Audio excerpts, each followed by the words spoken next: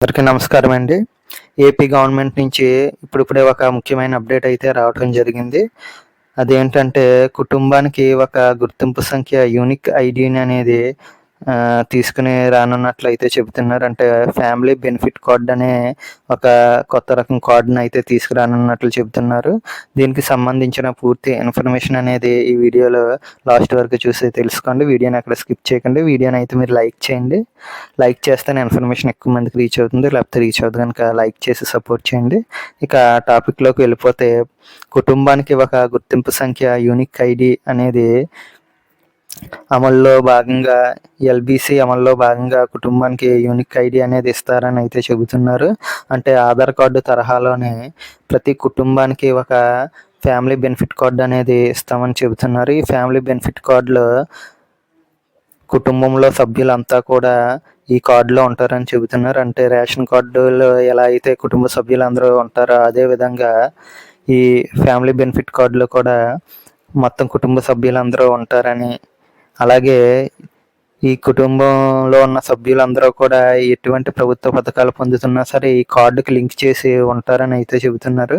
అలాగే అందులో కుటుంబ సభ్యుల పూర్తి వివరాలు ఉంటాయని, ఏ పథకం ద్వారా ఎంత ప్రయోజనం వస్తున్నది అనే సమాచారం ఉంటుందని, అలాగే కొత్త పథకానికి అర్హులైతే కుటుంబ సభ్యుల్ని దానికి అనుసంధానించి అలాగే వర్తింపజేస్తారని పథకాలన్నీ చెబుతున్నారు. అలాగే లబ్ధిదారులు ఏదైనా పథకం తమకు వద్దనుకుంటే యాప్‌లోనే నిలిపివేసుకోవచ్చని కూడా చెబుతున్నారు. అంటే దీనికి సంబంధించి యాప్ కూడా ఇస్తామని చెబుతున్నారు. ఆ యాప్ కూడా రూపొందిస్తున్నామని చెబుతున్నారు.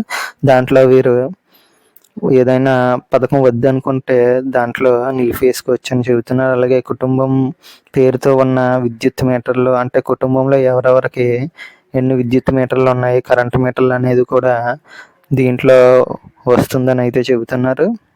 అలాగే నెలవారీ బిల్లుల వివరాలు ఇందులో కనిపిస్తాయి అంటున్నారు. అలాగే రైతులకు సంబంధించి పొలం వివరాలు అనేవి వీటిలో ఉంటాయంట. ఇక ఈ క్రాఫ్ట్లో నమోదు నుంచి పెట్టుబడి సాయం వారు ఎంత పొందారు అనే వివరాలు, ఇతర పథకాలు రైతులు ఏమేమి పొందారు అనే వివరాలు కూడా దీంట్లో నమోదయ్యి లింక్ అయ్యి ఉంటాయని అయితే చెబుతున్నారు.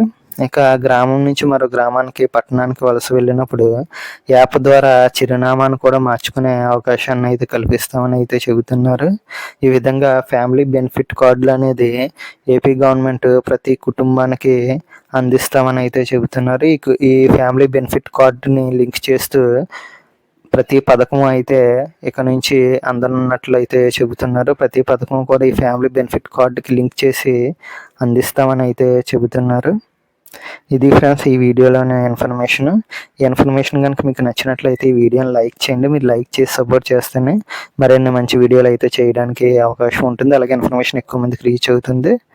అలాగే ఛానల్ సబ్స్క్రైబ్ చేసుకోండి. Thank you friends.